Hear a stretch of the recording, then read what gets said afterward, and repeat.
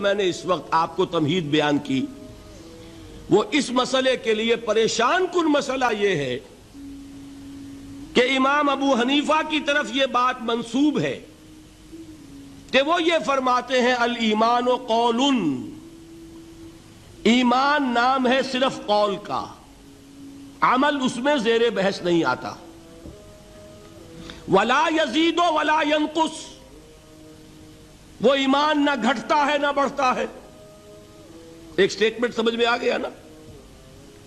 اب دوسرا سٹیٹمنٹ سنیے، وہ ہے امام بخاری کا، رئیس المحدثین کا، الایمان قول وعمل، ایمان نام ہے قول اور عمل کے مجموعے کا، قول اور عمل دونوں چیزیں ایمان میں شامل، وَيَزِيدُ وَيَنْقُصُ، وہ گھٹتا بھی ہے بڑھتا بھی ہے۔ ایک مسلمان کو پریشان ہو جانا چاہیے کہ نہیں؟ ایمان جیسی بنیادی بات، سارا قصر تو یہیں سے تعمیر ہونا ہے، جڑ بنیاد ایمان ہے۔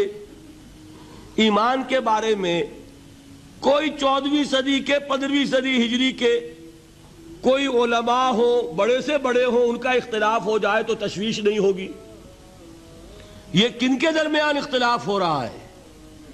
رئیس المحدثین امام بخاری اور سید الفقہاء امام ابو حنیفہ، اور کتنا بنیادی اختلاف، بظاہر متضاد باتیں، بظاہر کہہ رہا ہوں میں نے کہا تھا مجھے پہلے آپ کو پریشان کرنا ہے، پھر تاکہ آپ کی سمجھ میں بات آئے یہ پریشانی رفع کیسے ہوتی ہے، اسی سے علم میں اضافہ ہوتا ہے، بات جو ہے وہ گہرائی کے ساتھ سمجھ میں آتی ہے کہ مسئلہ پہلے سامنے ہو۔ مسئلے کی اہمیت سامنے نہیں ہوگی تو آپ توجہ اتنی نہیں کریں گے۔ تو دیکھیے تضاد کتنا ہے، بعد المشرقین جسے کہتے ہیں ہم اپنے محاورے میں، کہ ایک مشرق کی بات ہے تو دوسری مغرب کی ہے۔ الایمان قول، نہیں، الایمان قول وعمل، تضاد ہے نا؟ لا یزید ولا ینقص، نہیں، یزید وینقص، تو یہ تو معلوم ہوتا ہے کہ بہت زبردست اختلاف ہے جو حل نہیں ہو سکے گا۔ اللہ تعالیٰ کا شکر ادا کرتا ہوں، اس نے اس کا حل سمجھایا، اور کیسا سمجھایا؟ میں پورے انشراح صدر کے ساتھ کہہ رہا ہوں، اس میں کوئی تصنع نہیں، کوئی تکلف نہیں۔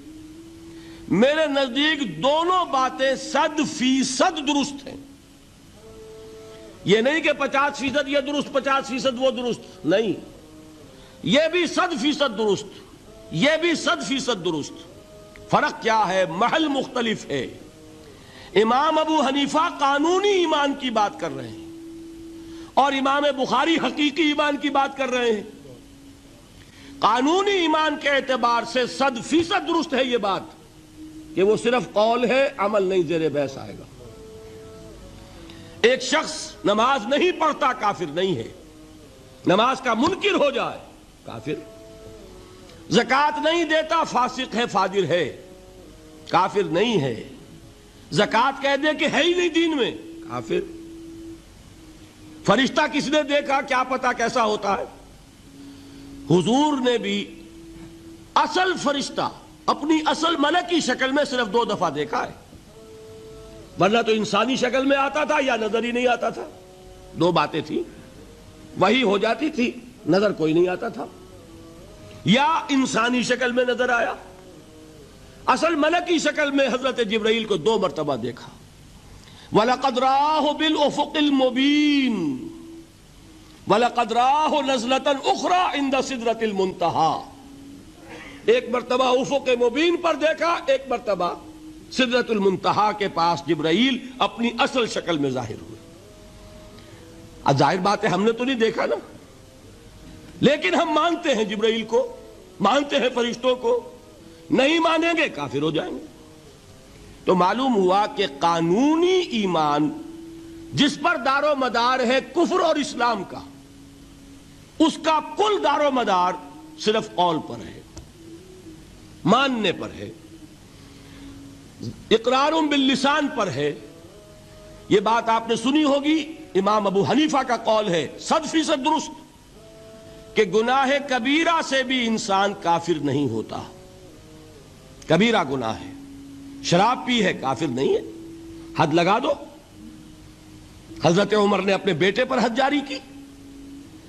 ایک مرتبہ مصر میں حد جاری ہو چکی تھی، لیکن حضرت عمر کو احساس ہوا کہ وہاں شاید رعایت کی گئی ہوگی خلیفہ کے بیٹے پر حد جاری کرنے میں، لہذا پھر بلایا اپنے پاس اور دوبارہ حد جاری کی. حد جاری کرو لیکن کافر نہیں ہوگا.